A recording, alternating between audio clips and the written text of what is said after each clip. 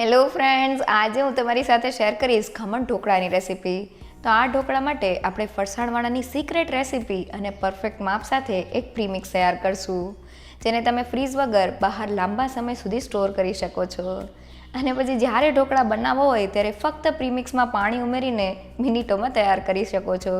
અને તેમાંથી તૈયાર થતા ઢોકળા સોફ્ટ, સ્પોન્જી અને એટલા ટેસ્ટી બને છે કે કોઈને ખબર જ નહીં પડે કે તમે તેને ઘરે બનાવ્યા છે. તો એકવાર ચોક્કસથી ટ્રાય કરવા જેવી ખમણ ઢોકળાની રેસીપી શરૂ કરીએ.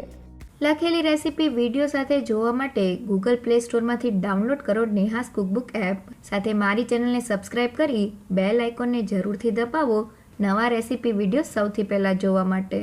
બજાર જેવા ખમણ ઢોકળા માટે બનાવીને સ્ટોર કરી શકાય તેવું પ્રીમિક્સ બનાવવા મેં અહીંયા 1/2 કિલો અને વજનમાં 500 ગ્રામ જેટલો બેસન લીધેલો છે. તો અહીં આપણે પ્રીમિક્સ માટે બજારમાં તૈયાર પેકેટમાં જે બેસન મળે છે તેનો જ ઉપયોગ કરવાનો છે, કારણ કે તેમાં થોડું ચીકાશનું પ્રમાણ હોય છે જેનાથી ઢોકળા પરફેક્ટ બને છે. અને હવે ચાળણીની મદદથી લોટને સારી રીતે ચાળી લઈએ. તો પ્રીમિક્સ બનાવતી વખતે આ સ્ટેપ સૌથી ઇમ્પોર્ટન્ટ છે. લોટને ચાળવાથી તેમાં કોઈ પણ જાતના ગાંઠા નથી રહેતા. સાથે લોટમાં હવા ભરાય છે જેનાથી ઢોકળાનું રિઝલ્ટ એકદમ પરફેક્ટ આવે છે. તો મેં લોટને સારી રીતે ચાળી લીધેલો છે અને તમે જોઈ શકો છો કે લોટમાં હવા ભરાવાને લીધે તે એકદમ ફ્લફી તૈયાર થઈ ગયો છે. તો હવે મેં અહીંયા 1/2 કપ અને વજનમાં 80 ગ્રામ જેટલો અડદનો કરકરો લોટ લીધેલો છે. તો મેં અડદની દાળને મિક્સર જારમાં પીસીને તેનો આ રીતનો કરકરો લોટ તૈયાર કરેલો છે. તો ઢોકળાના પ્રીમિક્સમાં થોડો અડદનો લોટ એડ કરવાથી ઢોકળા 100% ફ્લફી તૈયાર થશે. બસ એ વાતનું ખાસ ધ્યાન રાખવાનું છે કે આપણે અડદનો લીસો લોટ નથી લેવાનો. લોટ આ રીતનો થોડો કરકરો હશે તો જ રિઝલ્ટ પરફેક્ટ આવશે. સાથે મેં તેટલા જ પ્રમાણમાં એટલે કે 1/2 કપ અને વજનમાં 80 ગ્રામ જેટલો ઝીણો રવો લીધેલો છે. તો બેસનમાં થોડી ચીકાશ રહેલી હોય છે એટલે બેસનની સાથે થોડો રવો એડ કરવાથી તે ઢોકળામાં એકદમ સરસ જાળી પાડશે, જેનાથી ઢોકળા સ્પોન્જી તૈયાર થશે. અને હવે હળવે હાથે બંને લોટને બેસનમાં સારી રીતે મિક્સ કરી લઈએ. તો ફરસાણવાળાની દુકાને મળતા ખમણ ઢોકળામાં થોડો અડદનો કરકરો લોટ અને રવાને એડ કરવામાં આવે છે, જેનાથી ઢોકળા 100% ફૂલેલા અને સોફ્ટ જ બને છે. એકવાર આ ઇન્ગ્રીડિયન્ટ સાથે ઢોકળાના પ્રીમિક્સને જરૂરથી ટ્રાય કરજો. તો બંને લોટ બેસનમાં સારી રીતે મિક્સ થઈ ગયા છે. તો હવે બીજી સામગ્રીને પ્રીમિક્સમાં એકદમ સારી રીતે મિક્સ કરવા માટે થોડો લોટ મિક્સર જારમાં લઈ લઈએ. અને હવે ખમણ ઢોકળાના ખાટા મીઠા સ્વાદ માટે મેં અહીંયા થોડા લીંબુના ફૂલ લીધેલા છે. બજારમાં મળતા ખમણ ઢોકળાના પરફેક્ટ સ્વાદ માટે તેમાં લીંબુના ફૂલનો જ ઉપયોગ કરવામાં આવે છે. હવે ઘરમાં રહેલી આ રીતની ચમચી કે જે 1 TSP જેટલી છે તેના માપ પ્રમાણે 3 TSP જેટલા લીંબુના ફૂલ મિક્સર જારમાં એડ કરી દઈએ. તો લીંબુના ફૂલનું માપ અંદાજિત 600 થી 650 ગ્રામ જેટલા લોટ સાથે એકદમ પરફેક્ટ છે. અને હવે મીઠાશ માટે મેં અહીંયા થોડી ખાંડ લીધેલી છે. તો હવે તે જ ચમચીના માપથી 6 ચમચી જેટલી ખાંડ મિક્સર જારમાં એડ કરી દઈએ. તો પ્રીમિક્સમાં ખાંડનું આ માપ એકદમ પરફેક્ટ છે, કારણ કે આપણે જ્યારે ઢોકળાનો વઘાર કરશું ત્યારે તેમાં ખાંડ એડ કરશું. અને હવે તે જ ચમચીના માપથી 4 ચમચી જેટલું મીઠું મિક્સર જારમાં એડ કરી દઈએ. તો આ બધી જ વસ્તુ પ્રીમિક્સમાં સારી રીતે ભળીને તેનો એક બેલેન્સ ટેસ્ટ આવે તેના માટે તેને સારી રીતે ગ્રાઇન્ડ કરી લઈએ. તો બધી વસ્તુ સારી રીતે ગ્રાઇન્ડ થઈ ગઈ છે. તો હવે તેને પ્રીમિક્સમાં એડ કરી દઈએ. અને હવે ઢોકળાને ફૂલેલા બનાવવા માટે મેં અહીંયા 6 પેકેટ રેગ્યુલર ફ્લેવરના ઈનો લીધેલા છે. તો ઢોકળાના પ્રીમિક્સમાં બેકિંગ સોડાની જગ્યાએ ઈનોનો ઉપયોગ કરવાથી રિઝલ્ટ દરેક વખતે પરફેક્ટ જ આવશે. અહીંયા આપણે કોઈ પણ ફ્લેવરવાળા ઈનો નથી લેવાના. આ રીતના રેગ્યુલર ફ્લેવરવાળા બ્લુ પેકેટવાળા ઈનોનો જ ઉપયોગ કરવાનો છે. તો હવે ઈનોને તોડીને પ્રીમિક્સમાં એડ કરી દઈએ. તો મેં ઈનોના બધા જ પેકેટને એડ કરી દીધેલા છે. હવે હળવે હાથે બધી જ વસ્તુને લોટમાં સારી રીતે મિક્સ કરી લઈએ. તો મેં ઘણી બધી ટ્રાયલ્સ પછી આ પ્રીમિક્સને તૈયાર કરેલું છે. તૈયાર થતા પ્રીમિક્સ સાથે દરેક વખતે તમારા ખમણ ઢોકળા એકદમ જ પરફેક્ટ બનશે. તો બધી વસ્તુ સારી રીતે મિક્સ થઈ ગઈ છે. હવે તૈયાર થતા પ્રીમિક્સને સ્ટોર કરવા માટે લઈ લઈએ. અને હવે તેને આ રીતના એરટાઇટ ડબ્બામાં ભરી લઈએ. તો ભરતી વખતે આપણે એ વાતનું ખાસ ધ્યાન રાખવાનું છે કે આપણે પ્રીમિક્સને એકદમ દબાવીને નથી ભરવાનું. અને હવે ઢાંકણને બંધ કરી દઈએ. તો તૈયાર થતાં આ પ્રીમિક્સને તમે ફ્રીઝમાં રાખવાની ઝંઝટ વગર બહાર 2 થી 3 મહિના સુધી સ્ટોર કરી શકો છો. અને પછી જ્યારે ખમણ ઢોકળા બનાવવા હોય ત્યારે પ્રીમિક્સમાં ફક્ત પાણી ઉમેરીને ફટાફટ ઢોકળા બનાવી શકો છો. તો હવે પ્રીમિક્સ સાથે ઢોકળા બનાવવા માટે સૌથી પહેલાં સ્ટીમરમાં મેં 3 કપ જેટલું પાણી એડ કરીને તેને ગરમ કરવા માટે રાખી લીધેલું છે.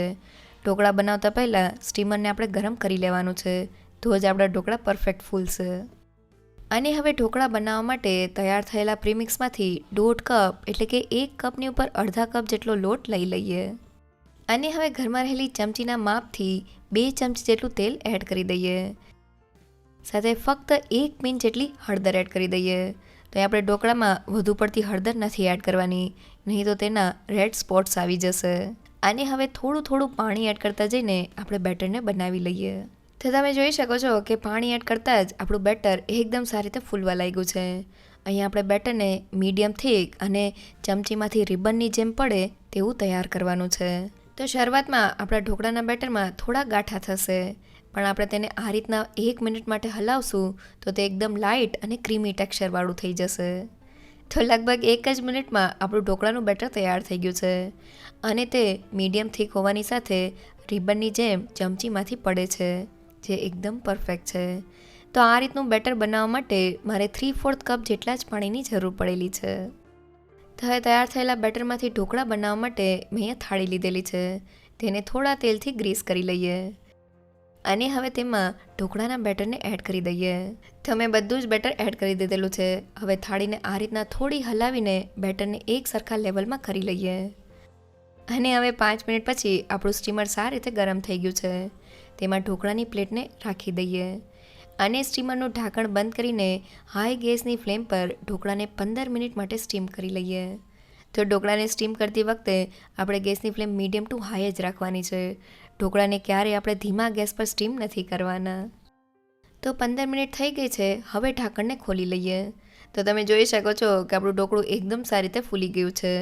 ટૂથપીકની મદદથી ચેક કરીએ તો તે એકદમ ક્લીન બહાર આવે છે. તો હવે ઢોકળાને સ્ટીમરમાંથી કાઢીને ઠંડુ કરવા માટે રાખી દઈએ અને હવે ઢોકળાને 5 મિનિટ માટે ઠંડા કરી દઈએ. ગરમા ગરમ ઢોકળાને આપણે ક્યારેય કટ નથી કરવાના. તો લગભગ 5 થી 7 મિનિટ જેવું થઈ ગયું છે અને ઢોકળા એકદમ સારી રીતે ઠંડા થઈ ગયા છે. તો હવે છરીની મદદથી તેના ચોરસ પીસ કરી લઈએ. તો મેં ઢોકળાના પીસ કરી દીધેલા છે. તૈયાર થયેલા એક પીસને કાઢીને જોઈએ તો તમે જોઈ શકો છો કે એકદમ સોફ્ટ અને સ્પોન્જી ખમણ ઢોકળા તૈયાર થયા છે, જેને બનાવવા એકદમ સહેલા. તો હવે વઘાર માટે કટ કરેલા પીસને બાઉલમાં રાખી દઈએ અને હવે ઢોકળાનો ટેસ્ટી વઘાર કરવા માટે પેનમાં 2 મોટી ચમચી જેટલું તેલ એડ કરી દઈએ. હવે ગરમ તેલમાં 1 ચમચી જેટલી રાઈ, 1 ચમચી જેટલા સફેદ તલ, 3 થી 4 લીલા મરચાંના ટુકડા અને 8 થી 10 લીમડાના પાન એડ કરીને વઘારને સારી રીતે સાતળી લઈએ. અને હવે વઘારમાં અડધા કપ જેટલું પાણી એડ કરી દઈએ. સાથે મીઠાશ માટે 2 મોટી ચમચી જેટલી ખાંડ એડ કરી દઈએ અને ખાંડને સારી રીતે ઓગાળી લઈએ. તો ખમણ ઢોકળાના વઘારમાં થોડું પાણી અને ખાંડ એડ કરવાથી ઢોકળા ઠંડા થયા પછી પણ એકદમ મોઇસ્ટ રહે છે. તો લગભગ 1 મિનિટમાં જ આપણી ખાંડ સારી રીતે ઓગળી ગઈ છે. તો હવે ગરમા ગરમ વઘારને લઈ લઈએ અને તેને આ રીતના ચમચાની મદદથી ઢોકળા ઉપર એડ કરી દઈએ. તો મેં વઘારને ઢોકળા ઉપર એડ કરી દીધેલો છે.